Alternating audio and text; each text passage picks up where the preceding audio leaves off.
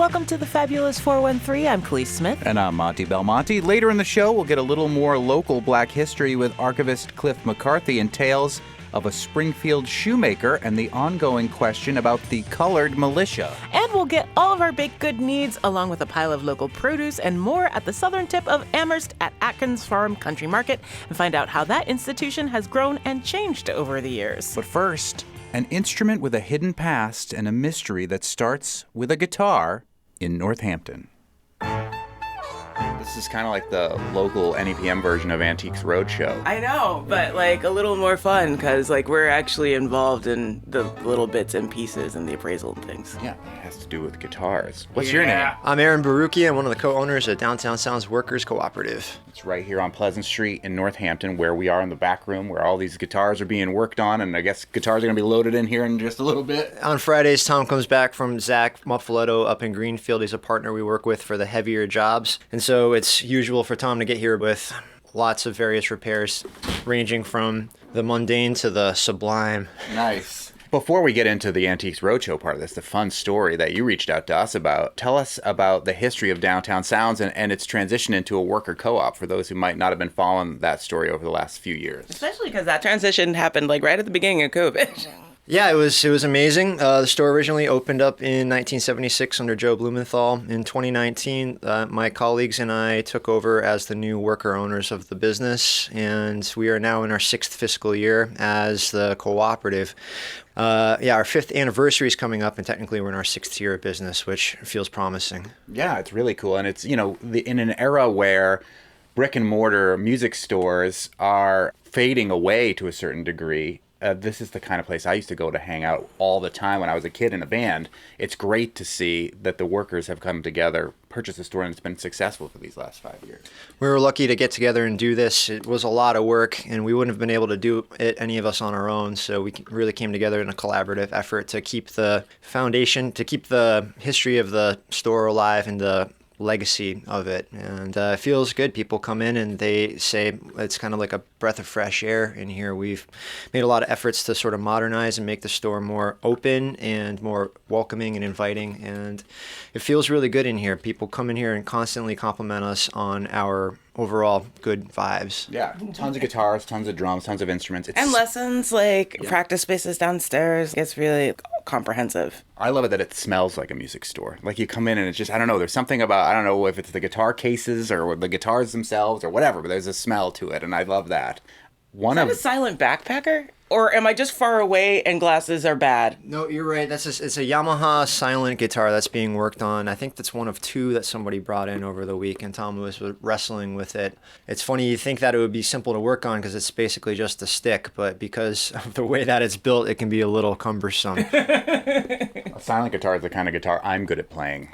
You don't have to hear me. But Aaron, somebody came into this store with a phenomenal guitar story. This is one of the coolest things that I've ever had the experience of in my 20 years of music retail. In early January, I had a young man, 21 years old, come in with a guitar. He had called and said that he had a Martin, an antique Martin stamped New York, which is an interesting thing. We see a lot of old guitars come through here, but New York Martin would indicate 19th century. And so I had him bring it down, and I took a look at it, and I told him, honestly, I don't know what the heck this is. And so I got in touch with the company, and my Martin rep referred me to their historian there. His name is Michael. And he gave me the information. He called it, with the quotes, Renaissance style guitar, and that, to their knowledge, they had only found about 8 in the whole world. Whoa. At this time. And so this is what I had gotten from the historian, who told me there's not much more I can tell you about this, so I'm going to refer you to these 3 experts, somebody out of LA, somebody out of Nashville, and Fred Oster, who's located in Philadelphia. And so I wrote to all 3 people. And Fred actually gave me a call on the phone, and he was like, that's a very interesting guitar. Can I see some more photos? And so I got some in-depth, up-close shots, and I sent them over, and the 2 of us had a dialogue about it. We talked about it on the phone a couple of times, and, to his estimation, it was built sometime in the 1850s, and there had been some work done to it over the years, and it was clearly an old instrument, so that's no surprise there. But there were certain things about it that made it look like there were issues that needed to be addressed. And so after a couple of nice phone calls, we determined that the only real way to evaluate a guitar like this is to see it in person. And so after speaking with the 21-year-old kid who was studying abroad currently, he's in Barcelona, a really nice young man too. But is he from here locally, or? He's from Pittsfield. Yeah. He came to my store because he likes us here. We've been a Martin dealer for 48 years, and we are the kind of place that people come to for our expertise and service. And so he asked if I'd be willing to go make a trip down to Philadelphia to go talk to Fred with the guitar, and I said, okay, I'd be willing to do that. And So you road trip with this 21-year-old kid that you barely know? No, just with the guitar. He's in Spain, so Okay. I went with my partner Abby, and so we packed up the guitar. I put it in my hard case because the case that it came in with was this not so great case, and so I Cardboard? It was a chipboard case, yeah. but glorified cardboard. Follow particle board. Yeah. Exactly. And we made the trip. We got there. It was a smooth ride, and we showed up, and we went to Oster Vintage Instruments, which is in this beautiful mansion in downtown Philadelphia, and we got to see this collection of really awesome antique Martin guitars. He had a lot of contemporary models to this one that we brought down, and this is a guy who clearly knows his stuff. You know, we talk about Antiques Roadshow. This guy, Fred, has been working with the Antiques Roadshow since 1996. Oh, wow. Oh, that's cool. He's an expert in fretted instruments, fiddles, Martin guitars in particular. He's the kind of guy where the company will ask Fred for advice about things. They will send him 6 different bridges of guitars to figure out what he would feel would be the best fit for a particular new model. So he's the kind of guy who's really in the know with this type of stuff and really, really well connected with the company.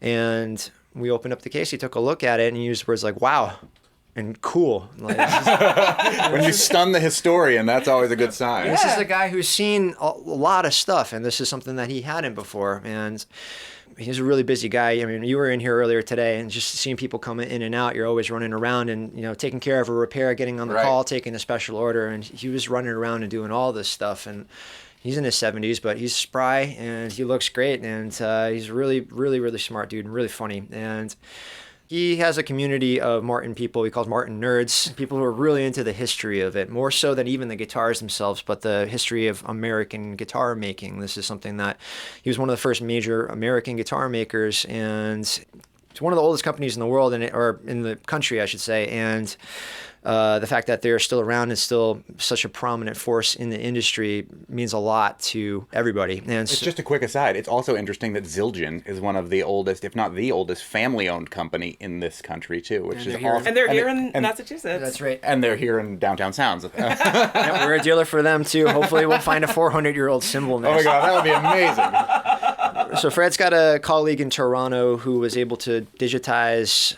all of the Martin's records going back to the founding of the company. This is in 1833, by the way. Martin took care of all their records, so they have stuff going way back, but they don't generally let people just have access to this. This guy was able to digitize 250,000 sheets of Martin records going back to the beginning of the company. It took him 8,000 hours.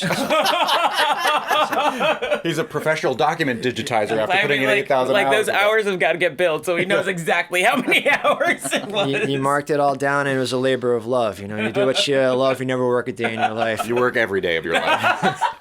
He was able to go through, and we determined, due to the body shape, it was the biggest guitar they were making at the time. It was a Style 1, and with spruce and rosewood and an ebony bridge and fingerboard, we determined it was a Model 26. And it's an unusual shape because it's sort of like an hourglass shape with square shoulders. It's a style, when I go back to that quote, Renaissance style guitar, a lot of guitar coming in from France at that time kind of looked like that. And so people, it was the new hot thing. So people had to have a guitar like this. And we were able to determine, with the help from his colleague in Toronto, that there was one of 2 made. And it was sold to, they were both sold to 2 different stores in the Midwest in the same week of August in 1856. So it's a 168-year-old Martin guitar. Later in the show, a Western Mass history lesson with lesser-known figures and local historian Cliff McCarthy, and tasty treats with local origins at Atkins Farm Country Market. But first, How much is this antique Martin guitar worth? Getting further into the six-string secrets of the century and a half-plus guitar. Let me do that again. Take two. Getting into this is live, by the way. Live Getting into the radio, y'all. six-string secrets of the century and a half-plus year guitar with Aaron Baruchi of Downtown Sounds in Northampton. It's so neat when I get to tangle your tongue in live I know, actual right? time and see you do it. Khalees wrote that line, I did. so I didn't You're practice listening it. to the Fabulous 413 on 88.5 NEPM. Before this guitar came in, what was the oldest guitar that you'd appraised here? I remember 1919 Gibson acoustic guitar, archtop round hole guitar that actually belonged to Doug Beaumier, who used to teach here. He's one of our former instructors. I can't think of any 19th century instruments coming through. Can you, Dave? Yeah, like so 100 years old, 110 years old. So this is the oldest thing by a long shot. Super dang cool. Yeah, really cool. We're speaking with Aaron Baruchi, who is one of the worker owners of Downtown Sounds, here at Downtown Sounds on Pleasant Street in Northampton, about this 168-year-old Martin guitar that walked through these doors with a 21-year-old, I guess, exchange student now as he's in Barcelona. Where is this guitar now? So after conversing with my customer and his father, we things are here comes the guitar starting to shipment. get loud. Hey. Hey, can we take it back out? Yeah. Let's go back out front. You need help? Are you good? Walking by the Zildjians now. You know, bookstores have a smell, too. They do. And so Where's the guitar now? Fred, after conversing with my customer, Fred made an offer on it, and he decided that it was a worthy investment for him to. Well, it's more than an investment; it's a project, and it's a preservation of a piece of history. He knows the right people to restore an instrument like this, and he anticipates it to be a rather expensive restoration. However, he has colleagues in Pennsylvania who used to work for the factory who are going to do the restoration. And in addition to it being a pretty hefty amount of dough to have that done, it's going to take a long time too. He anticipates it being a year. And so after getting permission from my customer, we packed it up and shipped it out to him yesterday. And so I asked Fred, when it's done, I hope he'll reach out to me and let me know when it's done so I can come check it out. How often do you get guitars appraised to the point where the appraiser's like, yeah, I need this one. This one's mine. I had a lot of firsts this time. I have pretty much been able to be successful in appraising guitars myself just throughout the years with internet research. We have, a guide out back, a book of vintage instruments that we can look through. This guitar was not in there, and this is so unusual. This was a really awesome experience because I got to learn a lot about the history of the company.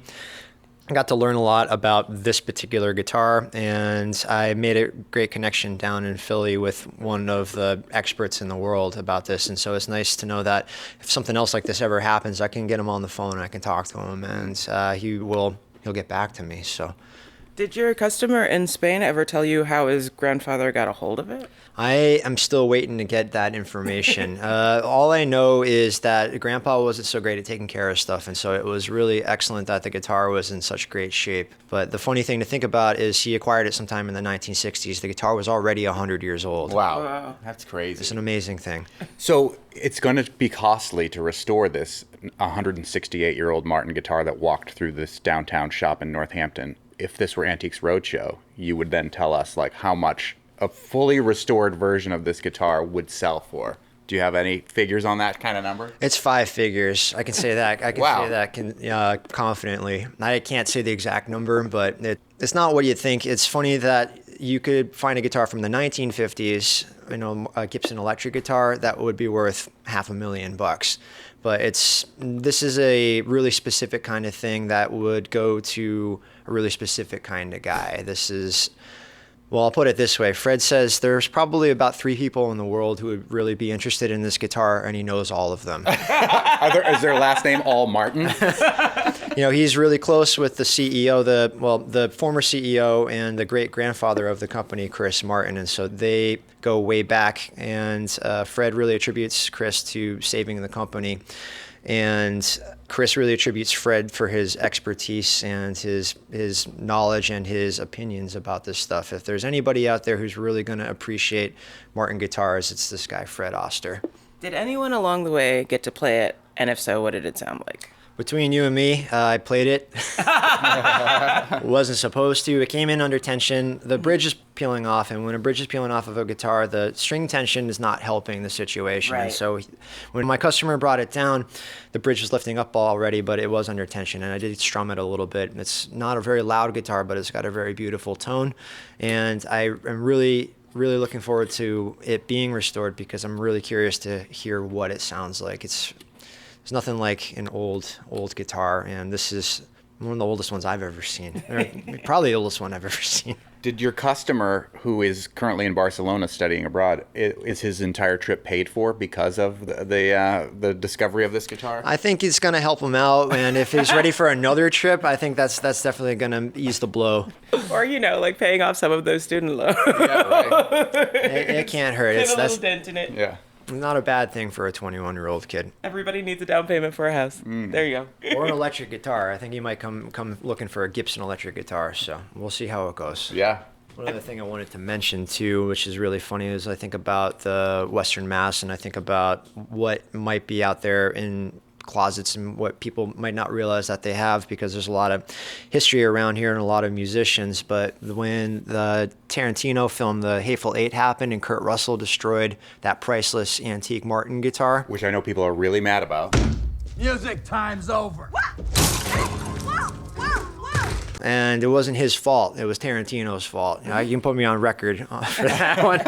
But Kurt Russell being from Springfield, it makes me think that somehow the universe is kind of coming together and replacing one completely destroyed, irreplaceable guitar and bringing us another one that came out of the ether somewhere. So I feel like somehow Western Mass came together for the sake of Kurt Russell, and for what we lost historically, we gained something. So that feels pretty cool. Gotta love Kurt Russell. Of course. I was going to say, you saved New York. And LA. What? So after all of this, how do you feel about the local community of musical instrument historians? Because this is its own kind of segment of history, a lot like we were saying with Antiques Roadshow. It seems like those little pockets keep getting more and more connected. And how do you feel about your place in there? It makes me feel really good that we were able to provide this type of service for my young customer. I had the benefit and the pleasure of learning a lot and gaining a lot of experience. And there's a pretty well-known singer-songwriter, Cliff Eberhardt, who came into the store yesterday, and we were chit-chatting about it. Antique guitars. I have a 1964 Texan over there that actually belongs to Robin Lane. Oh. And Cliff was like, wow, you know a lot about Martin. And I was like, well, I had the opportunity to learn a lot recently. So Crash course. But, we're the kind of place that we've been doing this for such a long time where we have a lot of collective experience, between the owners and myself. We've got 250 years of experience. We're not that old. But, yeah, add it all up. But we're the type of place where people can feel confident they're coming in and we're going to be honest about what you've got, and we're going to do our very best to help you out with whatever issues that you're having. And I feel like this was going a little bit above and beyond, but it was invaluable experience. And one of the coolest things that I've ever gotten to do in music retail or just in general is really, really pretty exciting stuff. Can't wait to hear the completion of the story when it's restored and where it ends up after all this hard work. I'll be posting a video at some point documenting this whole story with visuals. There's going to be footage of Fred and myself in his store, which is gorgeous. And it's a really awesome story that I feel that more people should have access to, because this is a fascinating thing just in American history that doesn't get to happen all that often. On the way, donuts and pie, and a small tour of the many updates at Atkins Farms Country Market with Kelly Lannon and Jen Adams. Now, however, a slice of Western Mass's lesser-known historical figures with local historian Cliff McCarthy. You're listening to the Fabulous 413 on 88.5 NEPM.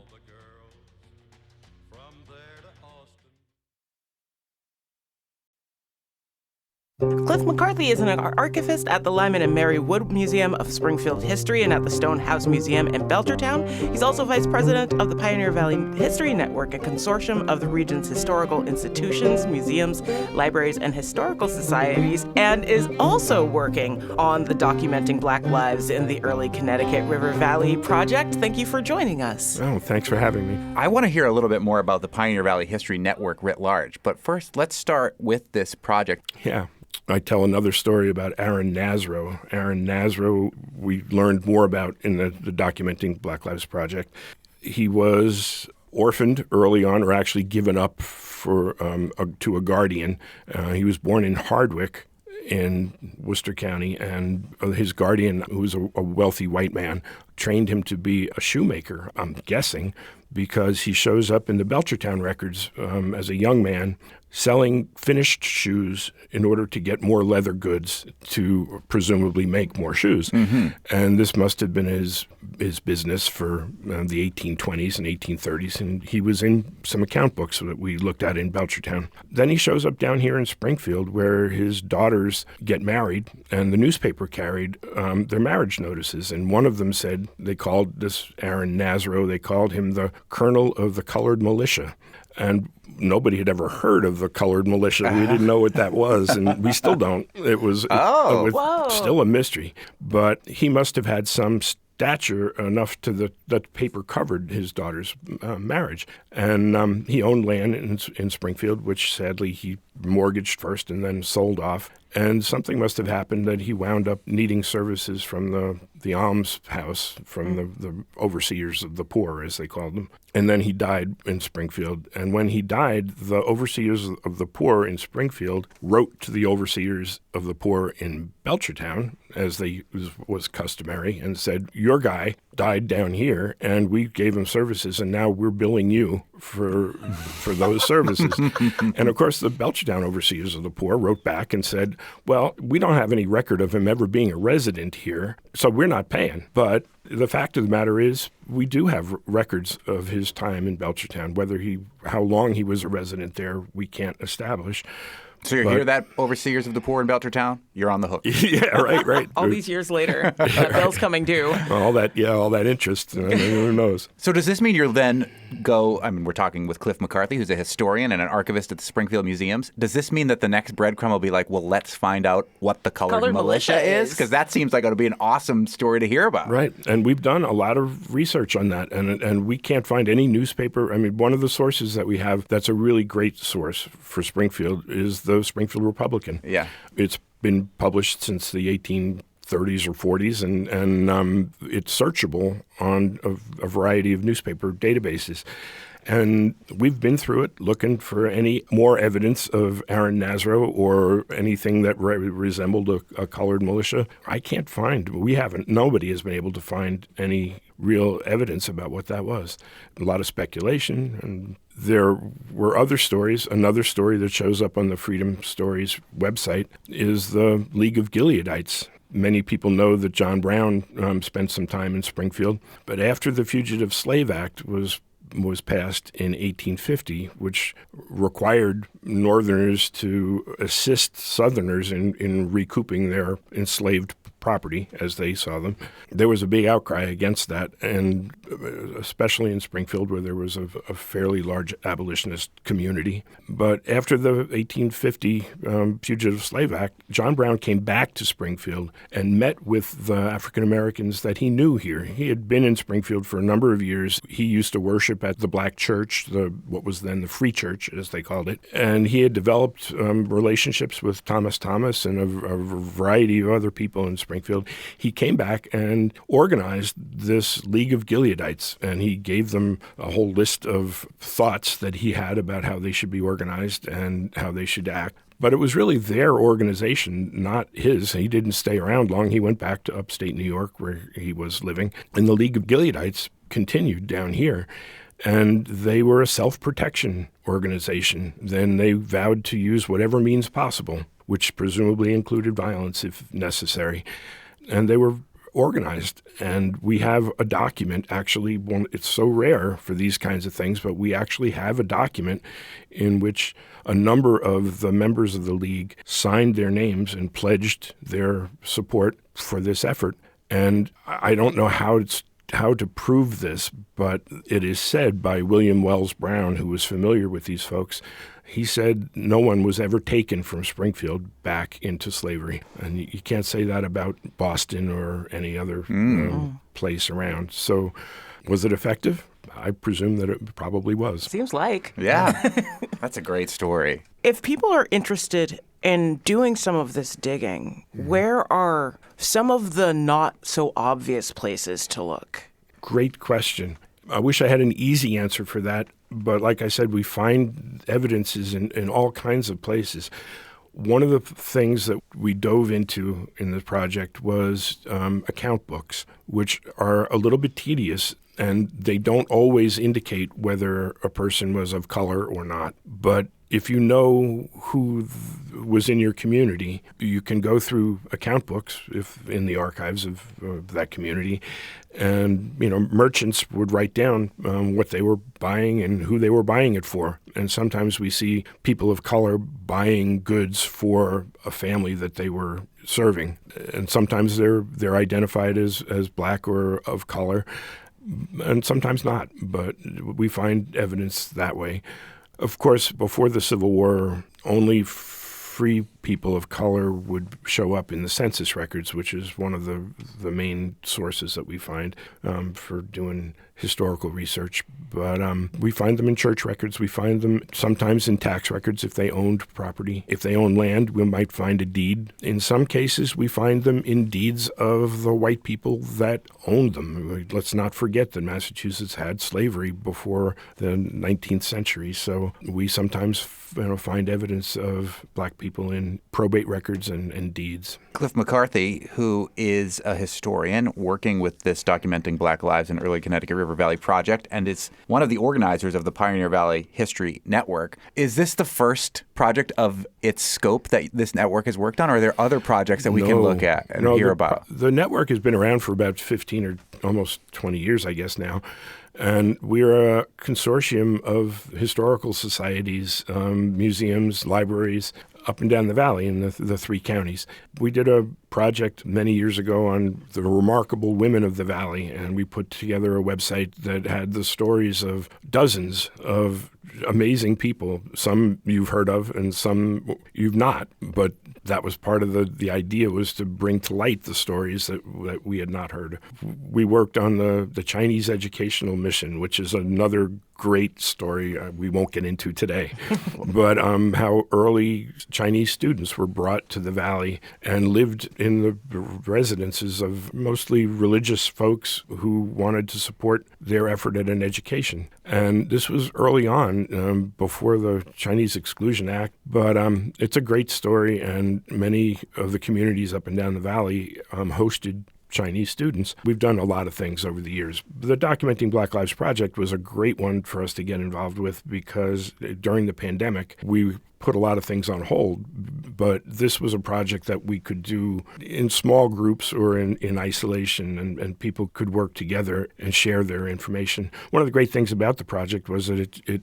crossed boundaries. It crossed, so many of the historical societies are siloed. They are only interested in the history of their town and don't really have a chance to expand beyond their town to see what's there. And this was a great project for allowing us to do that. We could share information between Northampton and Belchertown and Springfield and Hardwick even, as I mentioned. That's great. I love it. You can learn more about the work of Cliff McCarthy and others at PioneerValleyHistoryNetwork.org. It is time to make the donuts. Or at least eat them. That too. We're headed to Atkins Farms Country Market in Amherst. You're listening to the Fabulous 413 on 88.5 NEPM. The Fabulous 413 podcast is funded by Northeast Solar, offering solar options, energy security, and solutions for the local community. Learn more at northeast-solar.com. It's time for another Local Hero Spotlight with Phil Corman from CISA, the Local Hero, folks. And we're in one of the Local Hero markets, Atkins Farms Country Market, here in South Amherst. We're following Jen Adams. Where are we going, Jen? We're going to the produce workroom. The bowels of Atkins. How's it going? Did they tell you were going to get interviewed for the radio, or is this like we're just sandbagging you right now? Right on time, I guess. Okay, yeah. Sorry, I'm Andy. Andy, Monty, nice to meet you. Nice to meet you. What are we talking Police. Hi. Hi. Andy. Well, tell us what you're working on there, Andy. We're packing grapes, all the stuff like from the day before that gets, it's not compost worthy. We try to make a reduced buck on it, for the people. And put it out there for sale. And you're waiting for a produce truck to arrive right now? We are, yeah. We get produce delivered every Monday to refresh from our weekend stock and go from there from the Boston Produce Terminal. So that's where the truck's coming from? Yep, just outside of Boston there, Chelsea. You're wearing a Plainville Farm hat. Oh, yeah. Where my friend Wally Sykowski runs that place. The asparagus is getting excited to pop up not too far from now. What are you expecting on this truck? Well, we're expecting everything. We're running strawberries right now. There's a glut in the strawberry market, so we got strawberries on sale 2 for $3 for the next week. And then refreshing all our kale and collards and the popular items from the weekend, including cabbage and carrots for St. Patrick's Day. Hi, I'm Phil, CISA. Nice to meet you. Nice to meet you. And I'm just curious, so when you're buying from local farms, do they deliver to you? How does that work? Both, whatever's convenient. If they have a delivery policy where they're coming by, absolutely, it saves us from going out, but we're more than happy to go and pick it up ourselves too, and so that way the farmers can stay in the field and keep packing their products. Yeah, how long have you been with Atkins? Long time. 2008, I think, so whatever that equates to now. 16 years. What made you want to come work here, and what keeps you here? I don't know. My father told me I needed to get a job. So I got a job, and now I'm still here. I just climbed the ranks. My father said you need to get one job. Yeah. Stick with it forever. No, I come from an agriculture background, and I guess I just found a spot here. We've been patronizing the store for years and years, even before I was born, and now we applied for a job, got in here with the owners that we're here now, and we're great friends and made a good relationship, and we're still here. Why do this instead of actually working fields? Good question. I just like the comfortability and the stability of having a job 12 months out of the year instead of, having a budget and rely on Mother Nature for the 6-7 months and then essentially lay yourself off. And that's why I'm here. Is your family still farming? Oh yeah, but they're still farming down in South Hadley, Granby, Mass. There, we have a small little plot of land that we still farm. We do everything from peppers to tomatoes and winter squash. Yep. Does any of their stuff show up here? Oh yeah. We got nepotism. Little inside track there, but we without stepping on any toes. We have good relationships with all the farms around here, especially Wally, Joe Sykowski, Tommy Zusko up at 20 Acre Farm. We do a lot with those guys. So Atkins is kind of a legendary name for a local market, and we don't need to keep him any longer than you need. I mean, if you need to work. Yeah. We need to keep him working. Yeah. We actually want to head over to the bakery where we have some treats for you guys, and then we can chat some more about local business. And love it. Well, nice to meet you, Andy. Thanks so much. Nice to meet you guys. Thank you very much. Thanks for chatting nice with to us. meet you guys. All right. I love your belt buckle. Your father's very proud. Oh yeah. Well, you gotta ask him. We don't know where we're going. We That's keep all right. going ahead. Yeah, that's fine. We're back in the store the proper. bakery's all the way to the other side of the store.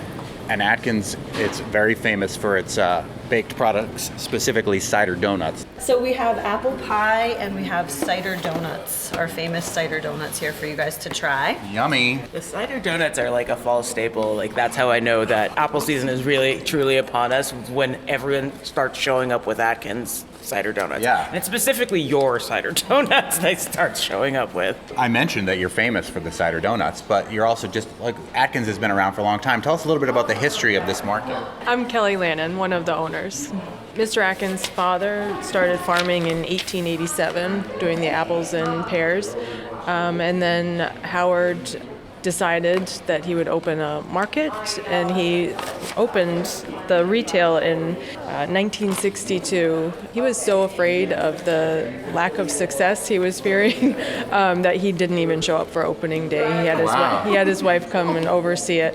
But obviously, it was a successful opening, and that's how we got started. See, Phil, you're not the only anxious one. Phil's not having coffee. No, I think I am the only anxious one. Tell us about, is the apple farming still going on? It is not. We aren't raising any apples or peaches anymore. It's just, like Andy was telling you before, so reliant on Mother Nature. Yeah. And then so expensive for the upkeep. And plus our trees, they got past maturity. So once they get past maturity, it's hit or miss on the season if they're going to produce a good quality fruit. So we don't do any farming at this point, but we do rely on our local farmers. Pine Hill is great. We get a lot of fruit from them. What's happened to the orchard, that land that was attached to the market? Well, all the land that's attached to this market, we have sold back to Hampshire College. So Hampshire College owns most of the land around us. Tell us about what got you involved in the ownership and the leadership of this historic market and farm, or formerly farm.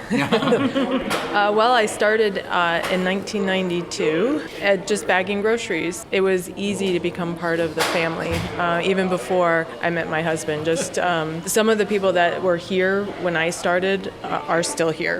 It was just so welcoming. It's always been a second family. And I think we've kind of carried that through because we have multiple people that have been here for 20 years with multiple people, lots of people coming up on their 10th anniversary. So it's that's something we take a lot of pride in. Jen and I have been here almost the same amount of time and working together. I think when people see the relationships that we've built with one another, I think they feel comfortable and they want to stay and be part of it. Did you suspect when you started bagging groceries that you someday would be an owner? I'm gonna take this place over, bag by bag. One day I'm gonna own this place. No, I think I just started in September. I worked through Christmas and then, the slow season came upon us, so I got laid off for the winter, and then summer came. My parents dragged me back in here and said, you need to ask Mr. Gould if you're coming back, and sure enough, I came back. No, I just worked through high school, and I went away to Worcester for college, but I found myself coming back on the weekends and working on the weekends rather than taking time off. So I think in the back of my mind, probably I knew this was the place for me because I did get a job out of college elsewhere, and I came back and asked Mr. Gould if I could come back because it just wasn't the same. I didn't feel a part of anything. I just felt like just a number. I imagine that familial relationship exists with the local farms that you work with too. Like, who have you been working with the longest, and what's it like bringing new farms into the store?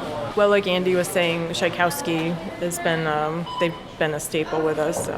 Lots of Hadley farmers. And yeah, they become like family. They come in and, just act like they're at home bringing our stuff. And sometimes we don't even have to ask. They just kind of know. And they know our business. They know, well, if it was a nice weather day, then we're going to need to bring more. Norse Farm we've been doing business with them for a long time.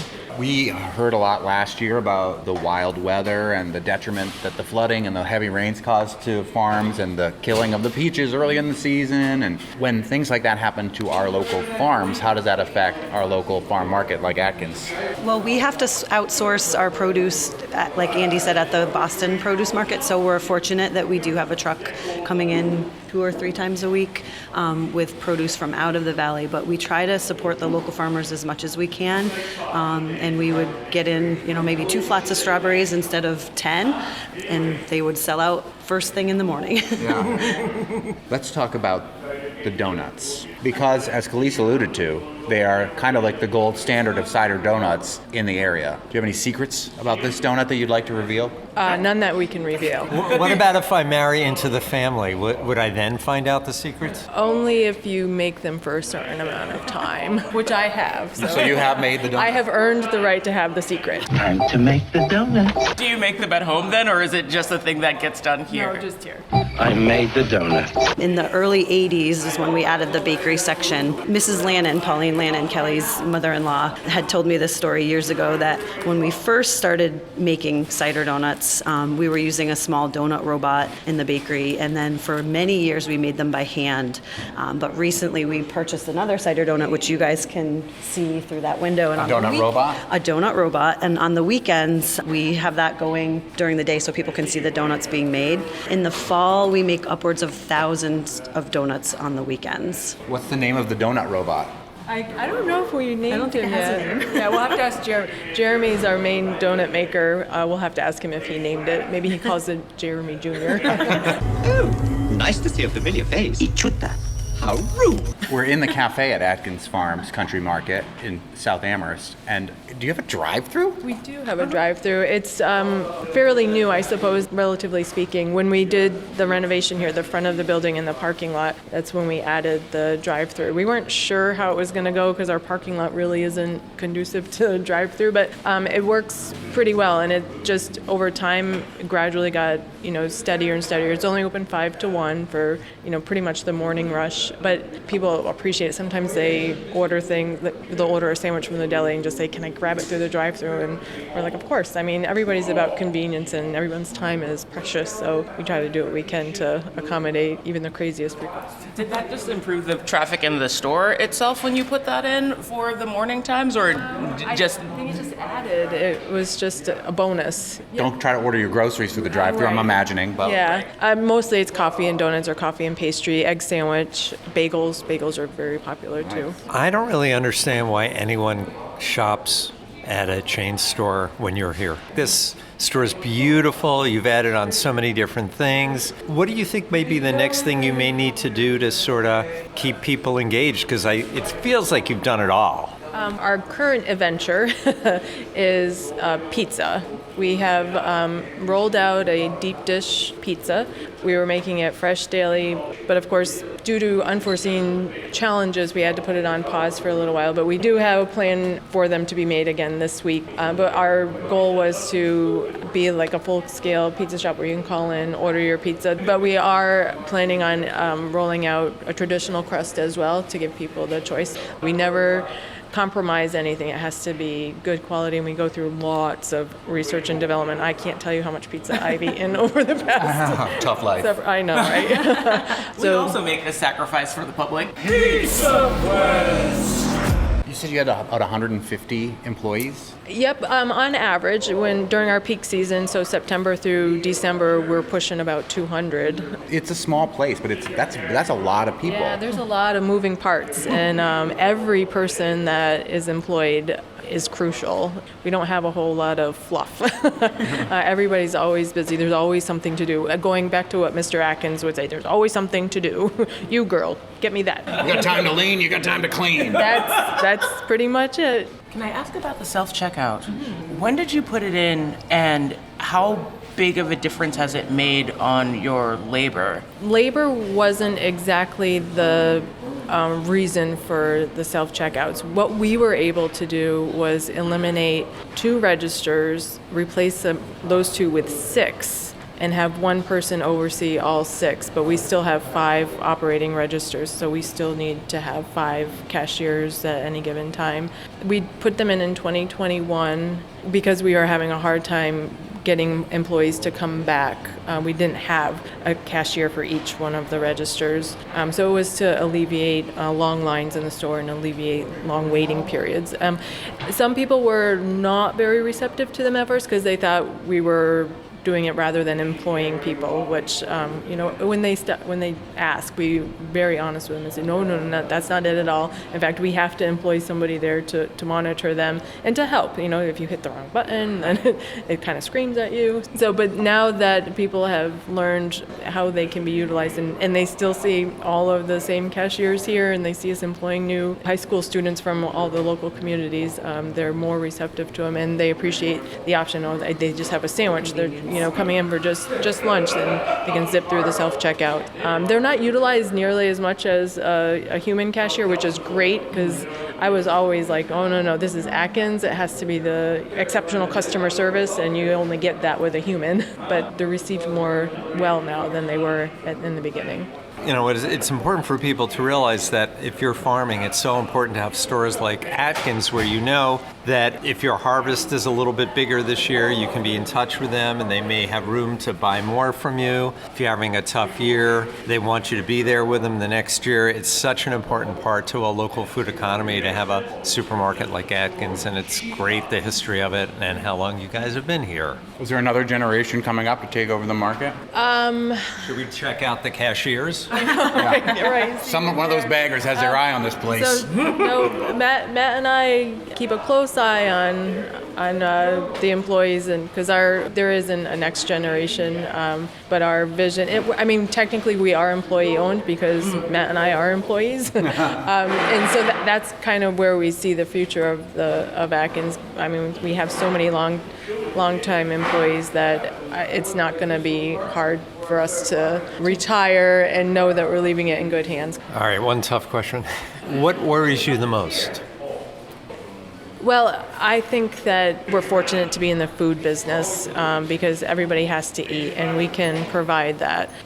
What worries me the most is, a slowdown in traffic. What worries me the most is not being able to employ the employees that we have. I want to keep everybody employed, everybody, being able to provide food for, their families and have a good quality of life. And you went through so much road construction, and you survived all of that. We There's did. new rotaries out there. Yeah, the rotaries. The tandem rotaries. Yeah, it's such a strange. I think they're fun to drive on. They are, but it doesn't make it any less weird. No. I wasn't a fan of them in the beginning, but I love them now. I think they work great. I wish that more people understood how to drive on them. Absolutely. Well, now I'm going to finally have some of this cider donut. Good. I'm haunting me over here. I mean, you could have been doing this the whole time, just like you weren't talking. I know. I try not to talk with my mouth full on the radio. I need nothing, I've everything I need. I walk along the dusty road, a donut in my hand. I love that song. Ivor Cutler. It's just the kind of weird music that you might hear at a festival like Big Ears Festival, where... Weird is an interesting word to use for it. Yeah. Eclectic. Eclectic, strange, fun. Yes. The kind of stuff that's right up both of our alleys. And while you may hear Memorex Khalees Smith several occasions throughout the duration of the next week... Assuming technology holds. Yes. Fingers crossed. Real live Khalees Smith is going to be at the Big Ears Festival. What is the Big Ears Festival? So the Big Ears Festival is a 4-day music festival in Knoxville, Tennessee. It prides itself on having a wide array of folks, genres, countries represented throughout the city. And it's something that you've gone to many times now, right? You've this kind will of turned be it my into a third- tradition? This will be my third year going. I think 3 makes it officially a tradition. I guess so. Who have you seen there in years past that you've really loved? In years past, I've seen David Byrne, I saw Ibeyi, I saw Moses Sumney, I saw Patti Smith and Sparks. Oh, my. Yeah. Patti Smith with Sparks? Or No. Oh, okay. I was like, wow, I've never... Yeah. You may That would have been amazing, too. Yes, it would have. And like this year, last year I saw Andrew Bird teaming up with Iron and Wine, which was wicked cool. It's always a really interesting array of things, and there's always like some surprises. Like I discovered the band Balloon through this festival, who I think are absolutely like fantastic. Yeah, it's such a neat array of folks getting together and sometimes presenting their work in contexts that you wouldn't necessarily see them in on a standard stage. And I love that about this festival. Is there, we are the fabulous 413 here, so we try to keep everything local despite the fact that our illustrious host is leaving to go to Tennessee for this festival. Are there any comparable music festivals or things that happen in our area that you can compare to Big Ears? Well, I feel like Big Ears is kind of like if you rolled Barbez in the Woods, Solid Sound, and Green River Festival all into one with like a touch of RPM Fest on the back end, because we definitely have seen heavier things. Like last year I got to see Algiers, who are this amazing like cross-cultural like band from Atlanta who do rock and all sorts of things.